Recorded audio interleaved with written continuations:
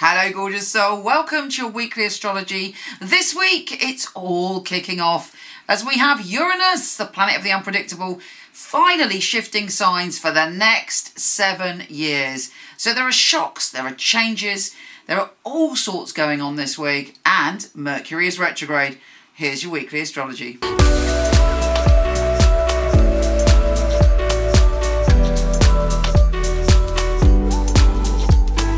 Virgo, this week Mercury, your ruler, goes retrograde. That's annoying, isn't it? However, because Mercury is your ruler, you have extra special abilities when Mercury is retrograde to nip back into the past and gather yourself some treasure that you may have left behind.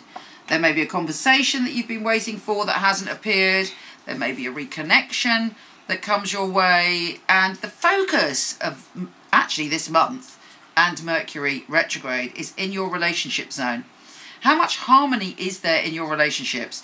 I have to say, Mercury may cause some snaffers, some problems, some miscommunication, some entanglements around your relationship. So you have to be sort of super cautious in what you say, because other people can misunderstand you, you can misunderstand others, and it can cause unnecessary, confusion when it comes to love. Having said that, an ex-lover may be in touch, or if you haven't seen your partner for a while, or they have not been communicating with you in the way that you like, that could also shift.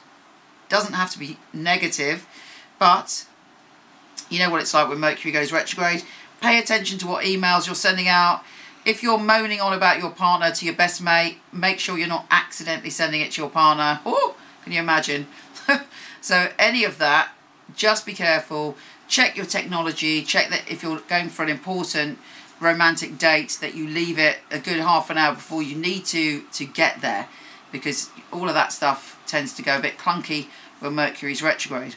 On top of that, we have a new moon in your relationship zone. So that is all about a brand new start when it comes to love.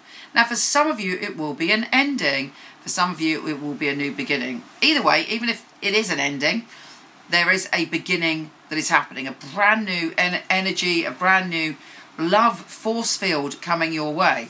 But you have to deal with letting go of something. It could be your attitude, it could be the way you respond to someone else's attitude, it could be how you see the relationship.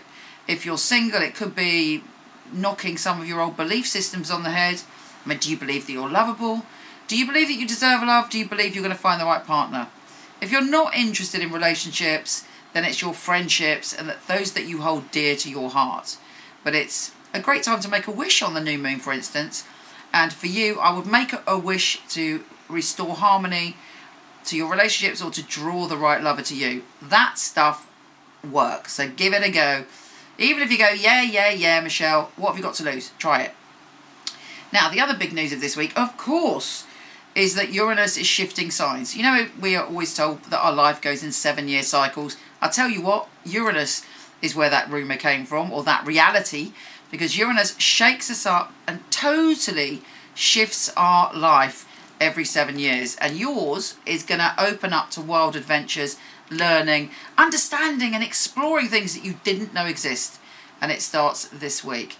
So actually, I think it's quite an optimistic experience you're going to have in the next 7 years. It's going to make you optimistic. It's going to make you a swashbuckler, an adventurer, and someone that embraces other people, other cultures, other experiences. So yeah, put on your explorer hat. Let's get going. Right, let's see what the tarot has to say. If you're not into tarot, switch off now. If you are into tarot, it's very general. For some people, they find it incredibly personally accurate. You can put that down to synchronicity as well. Use your instincts, use your intuition, or use it symbolically, because it often mirrors the astrology. Okay, Virgo, let's go. Yeah, there's some connections from the past coming up. Somebody that you have a really strong, gentle connection with, that you feel, that sort of pure connection. Even if things have gone wrong in that relationship since, when you met them, you feel that intense knowing when you look into their eyes. Or it could be an old friend from the past, or someone that you haven't seen for a long time popping in this week. You're coming to a point of transformation. I think we all are to a certain extent. You're awakening to what you want, and this new moon is bringing a big change. And as I said in your astrology, there may be an ending. Well, even if there's not a literal ending, there is an energetic ending and a new beginning. You know, this is life, death, rebirth, change, end of the story. Not literal death, usually. And then, after that, you've got a great healing. It's like there's something you do need to let go of, whether it's an idea, whether it's a person, you know, whether it's an experience. You've got this fabulous card of the Star. So you're inspired, and you feel just calm and whole, and that you've gone through some complete change. Also, it's a great card for creativity and for, you know, having brilliant ideas. Yes, whenever there's been an ending, change, death or transformation, we have to recover, and this is the recovery card, the grief card. But a great healing is taking place in your soul, and actually some form of universal justice is happening. If you're waiting for a kind of situation that involves justice, contracts, where you feel there's been an injustice, this, that and the other, you're likely to win because the truth will out. This is the Ace of Swords. You are slicing away at the crap to find the truth, and this on top of the Justice card means, I believe, success, and you're winning.